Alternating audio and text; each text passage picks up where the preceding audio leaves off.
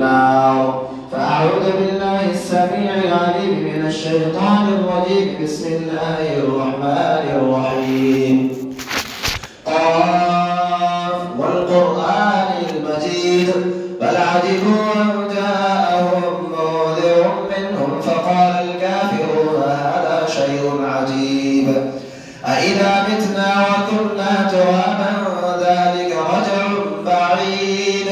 قد علمنا ما تنقص الأرض منهم وعندنا كتاب حفيظ.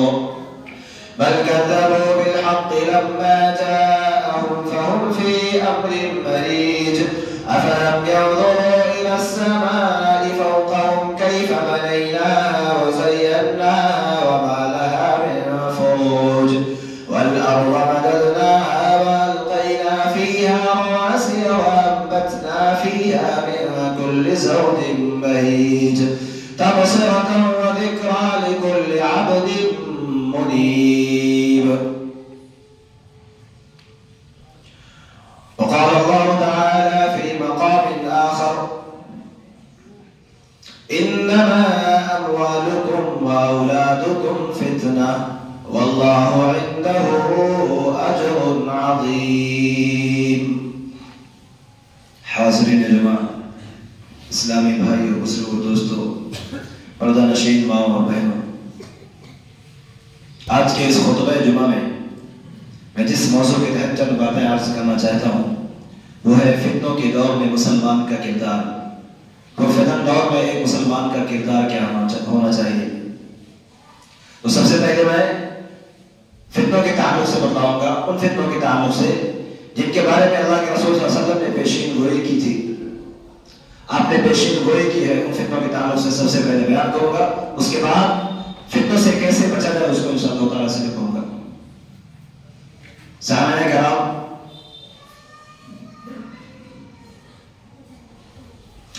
رب الجلال نے ہمیں جو زندگی دی ہے، زندگی اس لیے دی ہے تاکہ ہم اس کی عبادت کریں، اس کے بتائے ہوئے طریقے پر چلیں. اور دنیاوی زندگی میں خیر اور شر دونوں موجود ہیں. اللہ رب العالمین انسان کو کبھی خیر کے ساتھ آزماتا ہے تو کبھی شر کے ساتھ آزماتا ہے. اللہ فرماتا ہے سورہ انبیاء 17 آیت نمبر 35 کے اندر وَنَبْلُوكُمْ بِالشَّرِّ وَالْخَيْرِ فِتْنَةً وَإِلَيْنَا تُرْجَعُونَ. اللہ کہتا ہے ہم بطور امتحان تمہیں آزمائش میں ڈالتے ہیں، کبھی خیر کے ساتھ تو کبھی شر کے ساتھ. وَإِلَيْنَا تُرْجَعُونَ، مرنے کے بعد تم سب کے سب ہماری ہی طرف لوٹائے جاؤ گے. اس آیت سے معلوم اللہ رب العالمین کہنا چاہتا ہے یعنی کہ کبھی ہم مصائب و انعام کے ذریعے تمہیں آزماتے ہیں تو کبھی خوشحالی دے کر آزماتے ہیں، کبھی مختلف بیماریاں دے کر آزماتے ہیں تو کبھی صحت و تندرستی دے کر آزماتے ہیں، کبھی امیری کے ذریعے، کبھی غریبی کے ذریعے. الغرض یہ کہ ہر حال میں ہم تمہاری آزمائش کرتے رہتے ہیں. کیوں؟ تاکہ ہم یہ جان لیں کہ ہم میں سے کون ہر حال میں اللہ کا شکر ادا کرتا ہے، کون ناشکری کرتا ہے، کون صبر کرتا ہے، کون بے صبری کا مظاہرہ کرتا ہے. بہت سے لوگ ایسے ہوتے ہیں جب ان کو کوئی بیماری پکڑ لیتی ہے، ان کے گھر میں کوئی پریشانی آ جاتی ہے، کہنے لگتے ہیں اللہ نے ساری پریشانیاں ہم پر نازل کر دی ہیں. میرے مسلمان بھائیوں، اس طرح کی باتوں سے اللہ رب العالمین کی ناراضگی لازم آتی ہے. ایسی باتوں سے اللہ رب العالمین ناراض ہوتا ہے. ہم پر جو بھی مصیبتیں آتی ہیں، جو بھی دکھ آتے ہیں، اس پر ہمیں صبر کرنا چاہیے، ہر حال میں اللہ کا شکر ادا کرنا چاہیے. سامعین کرام، چلیے دیکھتے ہیں کہ فتنوں کی کتنی قسمیں ہیں. اگر ہم جائزہ لیں کہ فتنوں کی کتنی قسمیں ہیں تو اس کی بہت ساری قسمیں ہیں جس کو آدھے گھنٹے میں بیان نہیں کیا جا سکتا. بعض فتنے مال کی وجہ سے ہوتے ہیں، بعض فتنے اولاد کی وجہ سے ہوتے ہیں. اللہ رب العالمین فرماتا ہے 28واں پارہ سورۃ تغابن کی آیت نمبر 15 کے اندر اللہ فرماتا ہے انما اموالکم واولادکم فتنہ واللہ عنده اجر عظیم. اللہ فرماتا ہے او لوگوں، بلا شبہ تمہارے مال اور تمہاری اولاد یہ تمہارے لیے فتنہ ہے. واللہ عنده اجر عظیم، رب ذوالجلال کی ذات ہی وہ ذات ہے جس کے پاس بہت بڑا اجر ہے. اور اولاد یہ فتنہ کیسے بن جاتے ہیں؟ مال اور اولاد کو فتنہ کیوں کہا گیا؟ بسا اوقات انسان اپنے مال اور اپنی اولاد کی وجہ سے دین سے غافل ہو جاتا ہے، مؤذن کی صدائیں اس کے کانوں تک ٹکراتی ہے، لا یعنی باتیں کرنے میں مشغول رہتا ہے، لیکن اسے اتنی توفیق نصیب نہیں ہوتی کہ چلو رب کے سامنے سجدہ ریز ہو جائے، رب ذوالجلال کی عبادت کر لے۔ اس لیے مال اور اولاد کو فتنہ کہا گیا۔ ہم اپنے مال میں، اپنے کاروبار میں، اپنے اولاد میں مشغول رہتے ہیں، ہمیں وقت نہیں ملتا کہ ہم نماز پڑھ لیں، اس لیے مال اور اولاد کو فتنہ کہا گیا۔ اٹھائیے 26واں پارہ سورہ فتح کی آیت نمبر 11 کے اندر رب ذوالجلال فرماتا ہے سَيَقُولُ لَكَ الْمُخَلَّفُونَ مِنَ الْأَعْرَابِ شَغَلَتْنَا أَمْوَالُنَا وَأَهْلُونَا فَاسْتَغْفِرْ لَنَا يَقُولُونَ بِأَلْسِنَتِهِم مَّا لَيْسَ فِي قُلُوبِهِم۔ اللہ اپنے نبی سے کہہ رہا ہے، اے نبی، دیہاتیوں میں سے جو لوگ پیچھے رہ گئے تھے وہ آپ سے کہیں گے کہ اے نبی آپ ہمارے لیے مغفرت طلب کر دیجئے، ہمیں ہمارے گھر والوں نے، ہمارے مال نے ہمیں مشغول کر رکھا تھا، اس لیے اے نبی وہ لوگ آپ سے کہیں گے کہ آپ ہمارے لیے مغفرت طلب کر دیجئے۔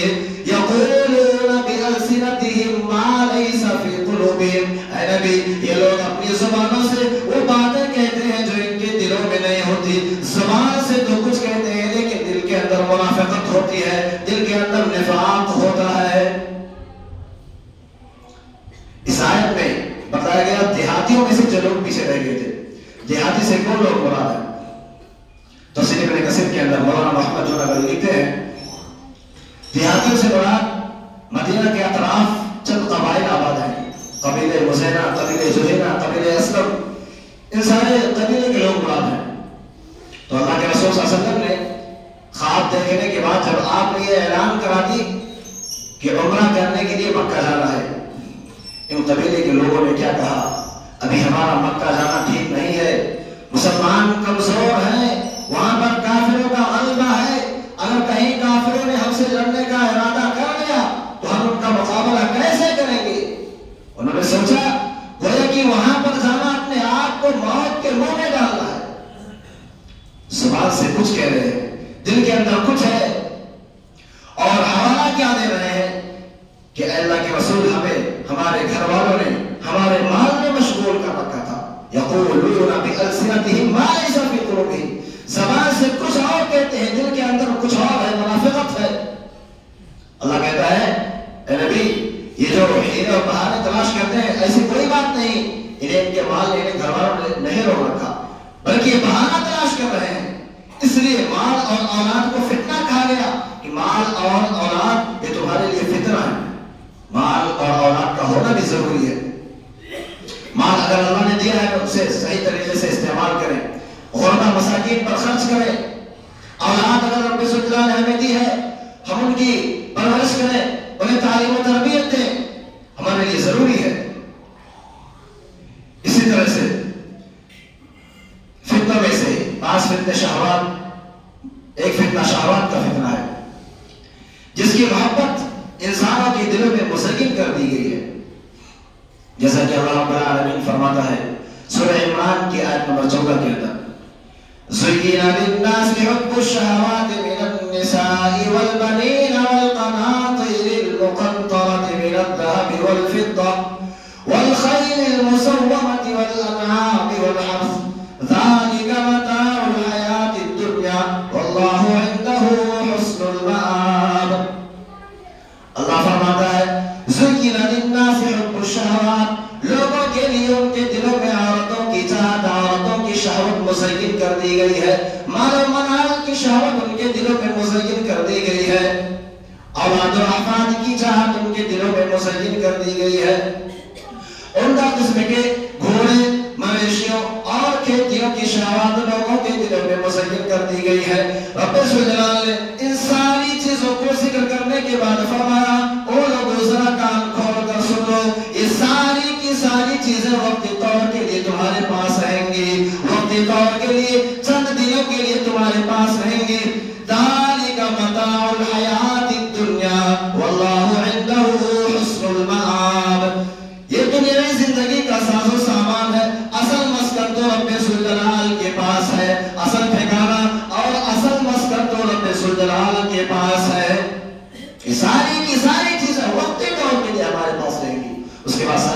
ہو جائیں گی. مرنے کے بعد انسان کیا لے جاتا ہے؟ اس مال کے پیچھے بھاگتا ہے، اس اولاد کے پیچھے بھاگتا ہے، وہ اس کے کام نہیں آتی. چوری، بےایمانی، ڈکیتی کیا سے کیا کر جاتا ہے؟ کیا یہ مال یا اولاد اس کے کام آئیں گے؟ ہر کوئی ہاتھ جھاڑ کر کے زائد ہو جائے گا، کوئی کسی کے کام نہیں آئے گا. جس مال کے لیے ہم پریشان رہتے ہیں، دن رات ادھر ادھر دوڑتے رہتے ہیں، نماز کا وقت ہوتا ہے توفیق نہیں ملتی کہ نماز پڑھ لیں. جس اولاد کے لیے آج ہم پریشان رہتے ہیں، یہی اولاد کا ہمارے کام آنے والی نہیں ہے. اس لیے ہمیں فتنوں سے اللہ کی پناہ طلب کرنی چاہیے کہ رب ذوالجلال ہمیں فتنوں سے محفوظ رکھے. اسی طرح سے فتنوں میں سے ایک بڑا فتنہ بہت سے اسلامی ملکوں میں بدامنی کا فتنہ ہے، جہاں نہ تو عزتیں محفوظ ہیں، نہ جانیں محفوظ ہیں، نہ ہی مال محفوظ ہے. اللہ کے رسول صلی اللہ علیہ وسلم نے پیشین گوئی کی تھی. آپ نے فرمایا تھا يتقارب الزمان ويقبض العلم وتظهر الفتن ويلقى الشح ويكثر الهرج. رواه البخاری. اللہ کے رسول صلی اللہ علیہ وسلم نے فرمایا کہ وقت متقارب ہو جائے گا، علم اٹھا لیا جائے گا، یعنی علم صرف نام کا رہ جائے گا، اس پر عمل نہیں کیا جائے گا. بخاری کی دوسری روایت میں ہے وَيَنْقُصُ الْعَمَلُ.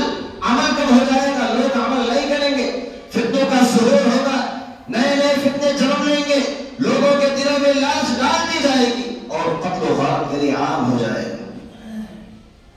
اس حدیث میں وقت کے متقارب ہونے سے کیا مراد ہے؟ وقت کے تقارب سے مراد یہ ہے کہ لوگوں کے درمیان خرابیاں، فسادات، بگاڑ بہت تیزی کے ساتھ پھیلیں گے. مثال کے طور پر کوئی خرابی جیسے پہلے پھیلنے میں 1 سال یا 1 مدت 1 ماہ لگ جاتا تھا، قیامت جو ہی قریب آئے گی، وہ خرابیاں، وہ فساد لوگوں کے درمیان بہت تیزی کے ساتھ پھیل جائیں گے. جیسا کہ آج کل میڈیا کے ذریعے سے ہو رہا ہے، ایک ایک خبر، ایک ایک آڈیو کلپ، ایک ایک ویڈیو کلپ، ہر چیز پر گھر میں پوری دنیا میں چھا جاتی ہے، پھیل جاتی ہے. اسی طرح سے لوگوں کے درمیان بگاڑ اور فساد بڑی تیزی کے ساتھ پھیلے گا. اور اس حدیث کا دوسرا مفہوم یہ بھی ہے کہ وقت تنگ ہو جائے گا، وقت کی برکت ختم ہو جائے گی. اللہ کے رسول کی پیشین گوئی آج کے وقت پر بالکل فٹ ہو رہی ہے.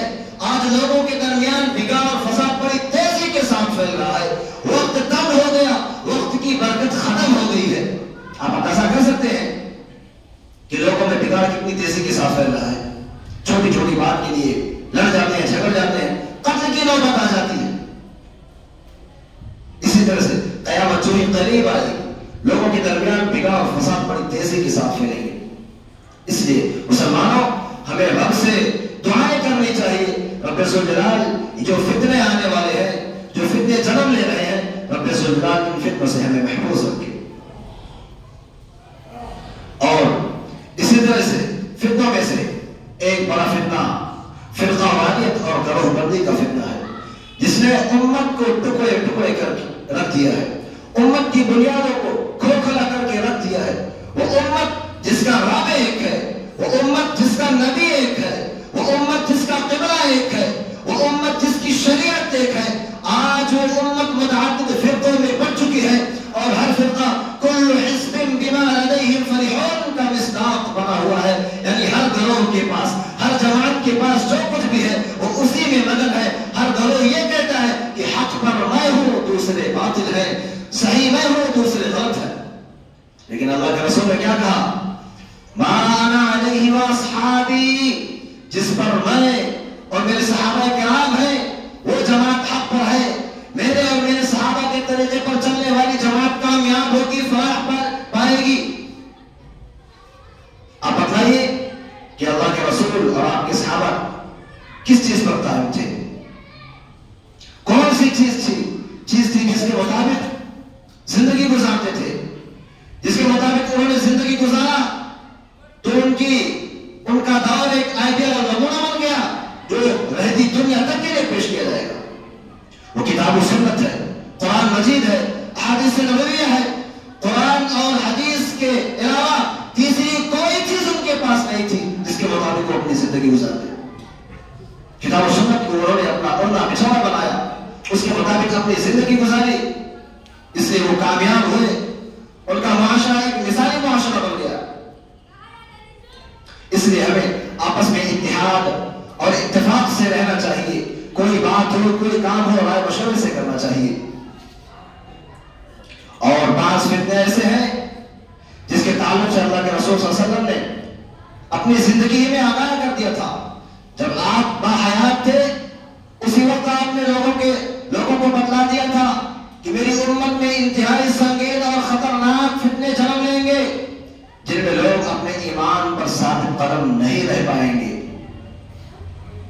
اللہ کے رسول صلی اللہ علیہ وسلم نے ارشاد فرمایا بادروا بالاعمال فتنا كقطع الليل المظلم يصبح الرجل مؤمنا ويمسي كافرا او يمسي مؤمنا ويصبح كافرا يبيع دينه بعرض من الدنيا رواه مسلم حدیث نمبر 118۔ اللہ کے رسول صلی اللہ علیہ وسلم فرماتے ہیں بادروا بالاعمال فتنا، او لوگوں تم ان فتنوں کے آنے سے پہلے زیادہ سے زیادہ نیکیاں کر لو، نیکیوں میں ایک دوسرے سے سبقت کر جاؤ، زیادہ سے زیادہ نیکیاں اکٹھی کر لو۔ وہ فتنے جو تاریک رات کے ٹکڑوں کی مانند ہوں گے، اے لوگوں ان فتنوں کے دور میں اگر ایک شخص صبح کے وقت مومن ہوگا تو وہ شام کے وقت کافر ہو جائے گا، اور اگر شام کے وقت مومن ہوگا تو وہ صبح کے وقت کافر ہو جائے گا۔ اے لوگوں ایسا کیوں ہوگا؟ یبیع دینہ بعرض من الدنیا، ایسا اس لیے ہوگا کہ ایک آدمی اپنے دین کو دنیا کے ساز و سامان کے بدلے میں بیچ ڈالے گا، ایک آدمی اپنے ایمان کو، اپنے دین کو دنیا کے چند سکوں کے عوض میں بیچ ڈالے گا۔ اور آج ہم اپنے آپ کا جائزہ لیں، غور کریں تو ہم بھی اپنے دین کو بیچ رہے ہیں۔ اذان ہوتی ہے، اذان کی صدائیں کانوں تک ٹکراتی ہیں، چوراہے پر بیٹھ کر لایانی باتیں کرنے میں مشغول ہے، چائے نوشی میں مشغول ہے، دکان میں مصروف ہے، اپنے کاروبار میں مصروف ہے، اپنی اولاد میں مصروف ہے۔ ہمیں نماز کی فکر نہیں ہوتی۔ اذان ہوتی ہے، صدائیں کانوں تک ٹکراتی ہیں، چوراہے پر بیٹھ کر چائے پی رہے ہوتے ہیں۔ یہ اپنے دین کو بیچنا نہیں تو کیا ہے؟ نماز اذان ہوتی ہے، صدائیں کانوں تک ٹکراتی ہے، لایانی باتیں کرنے میں مشغول رہتے ہیں، نماز کی توفیق نہیں ہوتی۔ یہ اپنے دین کو بیچنا نہیں تو اور کیا ہے؟ مسلمانوں، ہمارے کام کوئی چیز آنے والی نہیں۔ جس ماحول دولت کے پیچھے ہم بھاگ رہے ہیں یہ ہمارے کام آنے والی نہیں۔ ہمارے کام اگر کوئی چیز آئے گی ہمارا نامہ اعمال آئے گا، ہماری نیکیاں آئے گی، ایک دوسرے کے ساتھ جو ہم خیر خواہی کرتے ہیں وہ ہمارے کام آئیں گے۔ آج نماز جمعہ کے دن لوگ نماز پڑھنے آتے ہیں، باقی ہفتے بھر نمازی دکھتے نہیں، 2-4 لوگ رہتے ہیں، بزرگ لوگ 2-4 لوگ رہتے ہیں، باقی نمازیوں کی پتہ نہیں ہوتی وہ لوگ کہاں گئے۔ اور جمعہ کے دن آتے بھی ہیں تو کب آتے ہیں؟ جب امام ممبر پر چڑھ جاتا ہے، 10 منٹ نکل جاتا ہے، اس کے بعد آتے ہیں۔ شرم نہیں آتی مسلمانوں کو؟ یہ مسلمان ہیں، نماز کی تو توفیق نہیں ہوتی۔ جمعہ کے دن آتے ہیں بھی آدھا گھنٹہ 10 منٹ لیٹ آتے ہیں، جماعت کھڑی ہونے والی ہوتی ہے تب آتے ہیں۔ مسلمانوں شرم کرو، کس دن رات کے لیے آپ پریشان رہتے ہیں؟ یہ ساری چیزیں جس کے پیچھے ہم بھاگ رہے ہیں، تھوڑا سا کام اور کر لیں، 10 پیسہ اور مل جائے گا، اس کے بعد نماز پڑھیں گے۔ جب تک جماعت نکل جاتی ہے، کس کام کی ہے یہ آپ کی اولاد یا آپ کے بعد؟ کیا آپ کے کام آئے گی قیامت کے دن؟ یہ مال جس کے پیچھے آپ بھاگتے ہیں قیامت کے دن آپ کے کام آئے گا؟ بالکل نہیں آ سکتا۔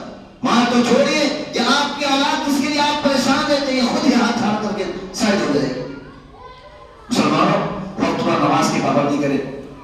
ہم کتاب و سنت کے مطابق ہمیں زندگی گزارنا چاہیے، ورنہ ہمیں فلاح نہیں مل سکتی، ہمیں کامیابی نہیں مل سکتی۔ ہمیں کتاب و سنت کے مطابق زندگی گزارنا ہوگا، اور فتنوں سے ہمیں رب ذوالجلال کی پناہ طلب کرنی چاہیے کہ رب ذوالجلال ہمیں فتنوں سے محفوظ رکھے۔ اور بعض فتنے ایسے ہوتے ہیں جن میں اللہ رب العالمین اہل ایمان کی آزمائش کرنا چاہتا ہے کہ کیا یہ ایمان پر ثابت قدم رہتے ہیں یا ایمان کو چھوڑ کر کے کفر کی طرف بڑھ جاتے ہیں۔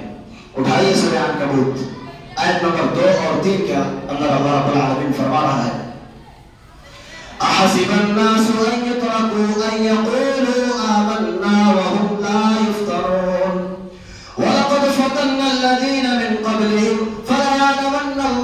الذين صدقوا وليعلمن الكاذبين. اللہ لوگوں سے کہہ رہا ہے، لوگوں کے بارے میں کہہ رہا ہے، احسب الناس ان يتركوا، کیا لوگوں نے یہ گمان کر لیا ہے، لوگوں نے یہ سوچ رکھا ہے کہ ہم نے کہہ دیا ہم ایمان لے آئے، ہمارا حساب نہیں ہوگا، ہمیں یوں ہی چھوڑ دیا جائے گا. اور لوگوں اس غلط فہمی میں رہنے والوں ذرا کان کھول کر سن لو. وَلَقَدْ فَتَنَّا الَّذِينَ مِن قَبْلِهِمْ فَلَيَعْلَمَنَّ اللَّهُ الَّذِينَ صَدَقُوا. ہم نے تم سے پہلے امتوں کو بھی آزمائش میں مبتلا کیا تھا، انہیں بھی آزمائش میں ڈالا تھا. نوح علیہ السلام کی قوم کو آزمایا، موسیٰ علیہ السلام کی قوم کو آزمایا، لوط علیہ السلام کی قوم کو آزمایا. لوگوں ہم نے تم سے پہلے لوگوں کو بھی آزمائش میں مبتلا کیا تھا. تم جو ایک گمان رکھتے ہو کہ ہم نے یہ کہہ دیا کہ ہم ایمان لے آئے، ہم نے لا الہ الا اللہ کا اقرار کر دیا تو ہمیں چھوڑ دیا جائے گا، ہمارا حساب و کتاب نہ ہوگا، ہمیں یوں ہی چھوڑ دیا جائے گا. ایسی کوئی بات نہیں. ایک ایک چیز کے بارے میں حساب ہوگا. ذرے کے بارے میں اگر کوئی نیکی چھوٹی ہوگی بڑا ہوگا، ہر ایک چیز کے بارے میں حساب ہوگا. اٹھائیے سورہ انبیاء 17 اور آیت نمبر 47.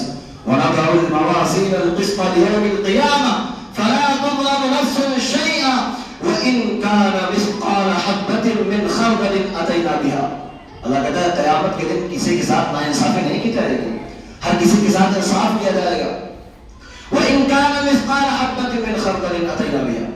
اگر ایک رائی کے دانے کے برابر بھی کوئی عمل ہوگا، چاہے وہ اچھائی ہو یا برائی ہو، رائی کا معنی کتنا بڑا ہوتا ہے، رائی کے دانے کے برابر بھی کوئی عمل ہوگا، اللہ کہتا ہے أَتَيْنَا بِهَا، اسے ہم تمہارے سامنے کھول کر کے رکھ دیں گے. وَكَفَىٰ بِنَا حَاسِبِينَ، ہم حساب لینے کے لیے کافی. مسلمانوں ہم اپنے رب کو کیا جواب دیں گے؟ آج مسجدوں میں نمازیوں کا پتہ نہیں رہتا ہے، مسجدیں ویران پڑی رہتی ہیں، وہ بھی ہفتے میں ایک بار آتے بھی ہیں تو اتنی لاپرواہی کے ساتھ جس کا کوئی کہنا ہی نہیں. مسلمانوں رب سے خوف کھاؤ، قیامت کے دن کو یاد کرو، رب سے خوف کھاؤ. اگر آپ تفسیر پڑھیں، تفسیر ابن کثیر، اگر ایک آیت روز ڈیلی پڑھیں، اس کی تفسیر پڑھیں، اس کا مفہوم سمجھیں تو آپ کے رونگٹے کھڑے ہو جائیں گے. آپ کے دل میں دہشت پیدا ہوگا. جب بھی کوئی کام کریں گے رب کو یاد کریں گے، اس کے بعد کوئی کام کریں گے. لیکن یہاں قرآن کی تلاوت کی توفیق تو ہوتی نہیں، تفسیر کہاں سے پڑھیں گے؟ نماز کی توفیق تو ہوتی نہیں، تفسیر کہاں سے پڑھیں گے؟ مسلمانوں ضرورت اس بات کی ہے کہ ہم اپنے آپ کو سدھار لیں. ابھی بہت وقت ہے. قیامت جو ہی قریب آئے گی، بڑے بڑے فتنے جنم لیں گے، ان فتنوں میں ہم بچ نہیں سکتے. اگر ہم صحابہ کے دور کا، نبی اور صحابہ کے دور کا مطالعہ کریں تو ہمیں معلوم ہوتا ہے کہ اس دور میں لوگوں کو کس طرح سے آزمائش میں مبتلا کیا گیا، لوگوں پر کس طرح ظلم ڈھائے گئے. خباب بن عرب رضی اللہ تعالیٰ عنہ کہتے ہیں ایک مرتبہ میں اللہ کے رسول صلی اللہ علیہ وسلم کی خدمت میں حاضر ہوا تو آپ صلی اللہ علیہ وسلم کعبے کے سائے میں ایک چادر پر تکیہ لگائے بیٹھے تھے. خباب بن عرب کہتے ہیں اس زمانے میں ہم کو مشرکین کی طرف سے بڑی تکلیف دی جاتی تھی، ہم پر ظلم ڈھایا کرتے تھے، مشرکین ہم پر ظلم کرتے تھے، ہمیں تکلیف دیتے تھے. خباب بن عرب کہتے ہیں ایسی حالت میں ہم نے اللہ کے رسول سے کہا، اے اللہ کے رسول آپ رب ذوالجلال سے دعا کیوں نہیں کر دیتے کہ رب ذوالجلال انہیں برباد کر دے، انہیں ہلاک کر دے. یہ سنتے ہی آپ ٹیک لگائے تھے، اٹھ کر کے بیٹھ گئے. آپ کا غصہ، آپ کا چہرہ غصے سے سرخ ہو گیا.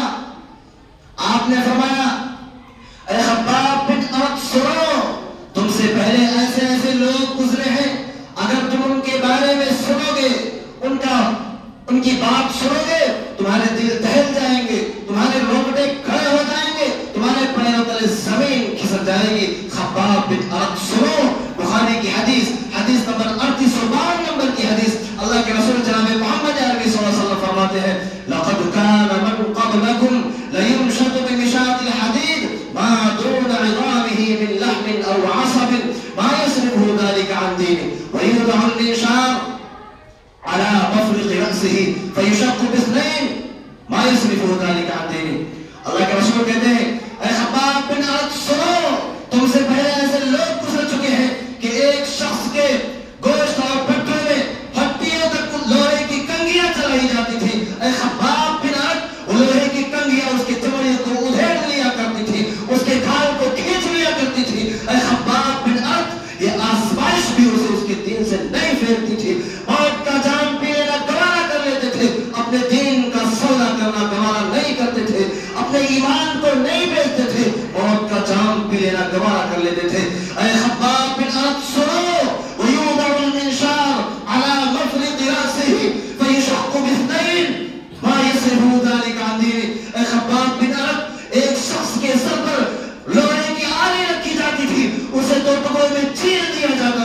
اے خباب بن ارد، یہ آزمائش بھی اس کے دین سے نہیں پھیرتی تھی، اپنے دین کا سودا نہیں کرتے تھے، موت کا جام پی لینا گوارا کر لیتے تھے، اپنے دین کا سودا اپنے ایمان کو نہیں بیچتے تھے۔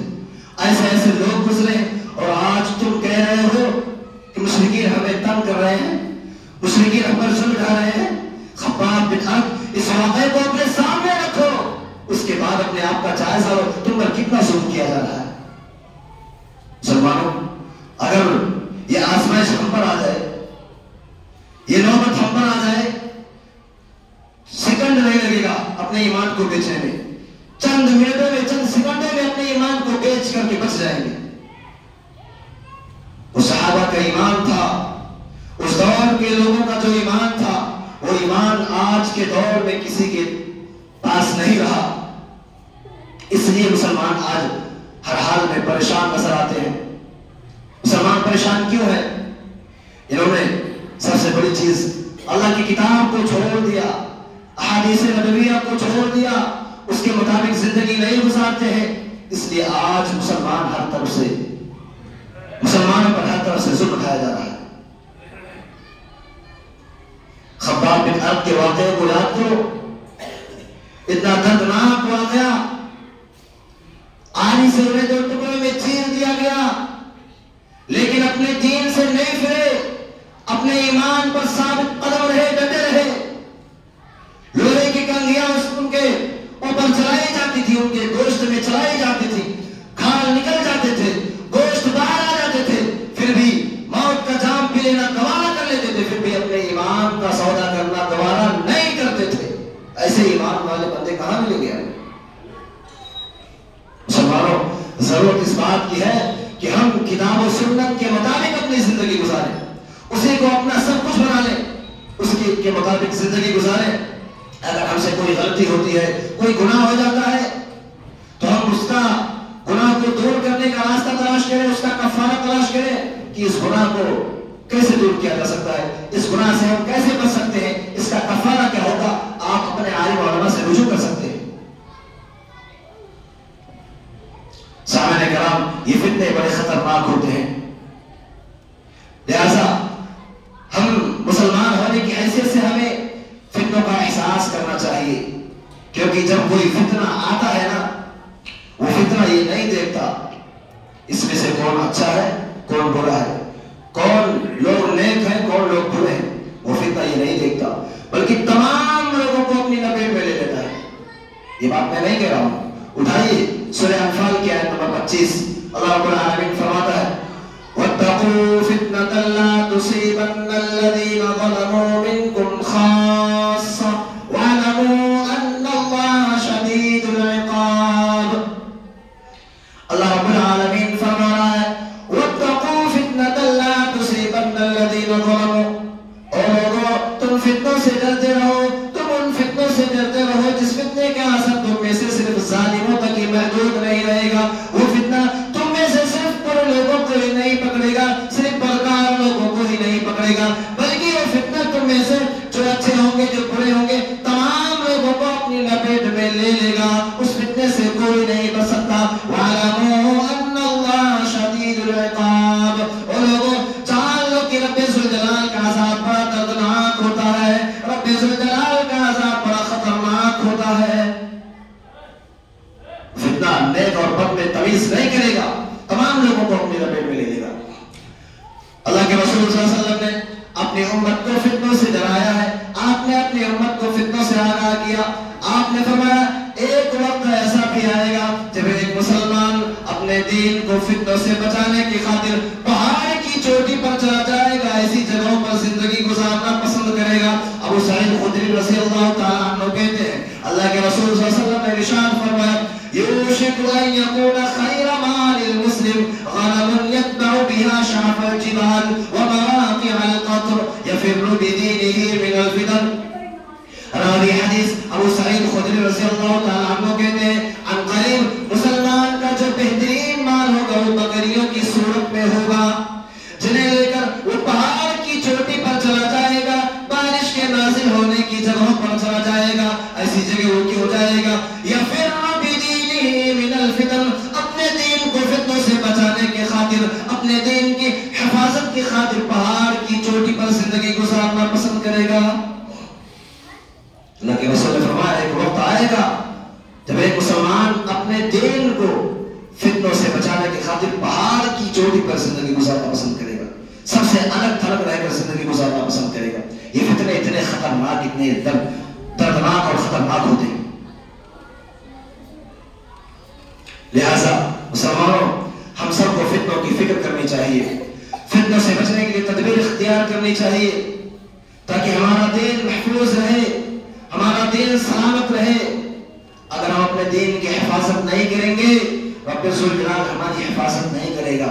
اللہ نے صاف فرما دیا 26واں پارہ سورہ محمد کی آیت نمبر 7 کے اندر، یا ایھا الذین آمنوا ان تنصروا اللہ ینصرکم ویثبت اقدامکم۔ یا ایھا الذین آمنوا ان تنصروا اللہ، ایمان والو اگر تم اللہ کی مدد کرو گے۔ اللہ نے شرط کے ساتھ کہا، اللہ نے شرط لگا کر کہا اگر تم اللہ کے دین کی حفاظت کرو گے تب وہ تمہاری حفاظت کرے گا، اگر تم اس کے دین کی حفاظت نہیں کرو گے وہ تمہاری حفاظت نہیں کرے گا۔ ان تنصروا اللہ، اللہ کے دین کی حفاظت کرو گے وہ تمہاری حفاظت کرے گا، تمہیں محفوظ رکھے گا۔ اللہ کے دین کی حفاظت کرنا کیا ہے؟ یہی رب کی عبادت کرنا، نماز پڑھنا، صدقہ زکات کرنا، ایک دوسرے کے ساتھ احسان کرنا، ایک دوسرے کے ساتھ خیر خواہی سے پیش آنا۔ مسلمانوں، ضرورت اس بات کی ہے کہ ہم ابھی وقت ہے، ابھی اپنے آپ کو سدھار لیں، ورنہ آخرت میں ہم کوئی بھی بہانہ تلاش نہیں کر سکتے۔ ہمارا حساب و کتاب جب ہوگا ہم رب کے سامنے کوئی بہانہ پیش نہیں کر سکتے۔ بہانہ تلاش کریں گے رب ذوالجلال تم سے بھی بڑا بہانہ لا کر کے پیش کر دے گا۔ بیماری کا بہانہ کریں گے رب ذوالجلال، میں دنیا میں ہر وقت بیمار ہی بیمار رہتا تھا، اس لیے میں نماز نہیں پڑھ پاتا تھا، عبادت نہیں کر پاتا تھا۔ اللہ رب ذوالجلال حضرت ایوب کو پیش کر دے گا، کیا تم میرے بندے ایوب سے زیادہ بیمار تھے؟ اس کے بدن کو کیڑے کھا رہے تھے، جگہ جگہ کیڑوں نے سوراخ کر دیا تھا، کیا تم اس سے زیادہ بیمار تھے؟ کوئی بھی بہانہ پیش نہیں کر سکتے، رب کے سامنے بہانہ نہیں چلے گا۔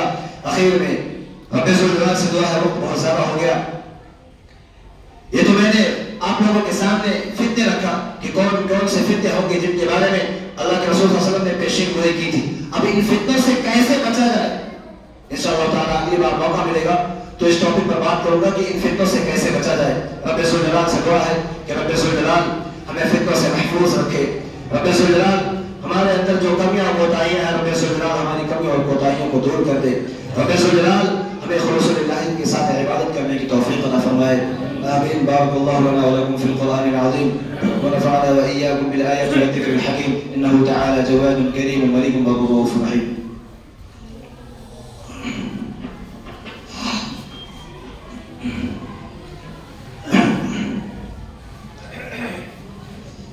الحمدللہ نحمدہ